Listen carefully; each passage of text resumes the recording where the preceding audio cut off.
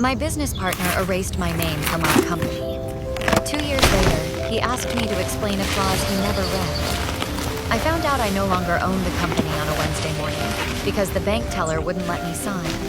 She turned the screen toward me and said my authorization had been removed, effective last Friday. I was still wearing my coat. The company wasn't a dream.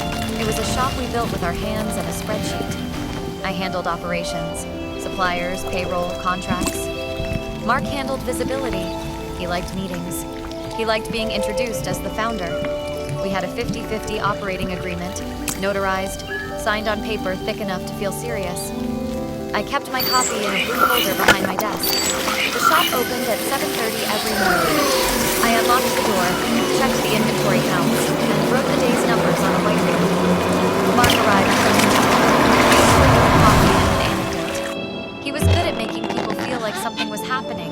The first payment bounced, I assumed a clerical error. The second bounce came with a notice. The third came with a fee. I emailed Mark. He said he was restructuring access to protect the company from overcautious bottlenecks. He used my name as an example without typing it. I asked for the paperwork. He sent a screenshot of an amended operating agreement dated the prior week. My signature was there, flattened and pixelated. The witness line was blank. I didn't argue. I pulled the access logs from our accounting software.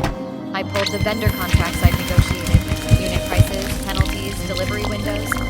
I printed the email threads where Mark approved terms he later claimed he'd never seen. I labeled everything by date. The shop grew. Mark did interviews. He told a story about betting on himself. He moved our company email to his phone. I kept opening at 7:30. I kept the whiteboard. 6 months later, a supplier stopped shipping. They cited a breach. Mark said it was my fault for over-engineering relationships. He told me to fix it, then removed my email from the vendor list. I fixed it anyway by calling from my personal phone and agreeing to a temporary price increase. I paid it out of the operating account I could still see but no longer touch. The escalation wasn't loud. It was procedural. Our landlord requested a certificate of insurance with updated officers listed. Payroll asked why my approval wasn't required anymore. A junior employee asked me which version of the truth to follow. Mark asked me for help on a Sunday night. He said a prospective buyer wanted clean governance. He said diligence was asking for originals. He said there was a clause he didn't understand, and could I translate it into normal language? The clause was well enough on page 9 of the agreement he'd amended. It covered unilateral changes. It required notice.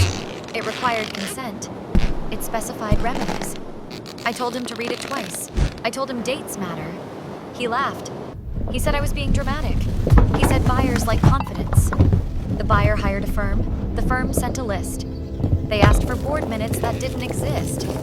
They asked for proof of authorization that wasn't there. They asked why the amended agreement wasn't countersigned. They asked why payments to vendors didn't match the margin story. Mark responded with optimism. He CC'd me by mistake. An arbitration notice arrived 3 weeks later. The landlord had filed first. The supplier followed. Payroll froze. The buyer paused. No one accused anyone of malice. They asked for documents. I produced the blue folder. I produced the originals. I produced the access logs. I produced the whiteboard photos with timestamps. I answered questions without adjectives. Mark sent messages that started with, "We need to get aligned." He asked if I could testify to our shared vision. He asked if I could help explain why signatures looked the way they did. I explained the clause again. I explained that remedies don't require raised voices.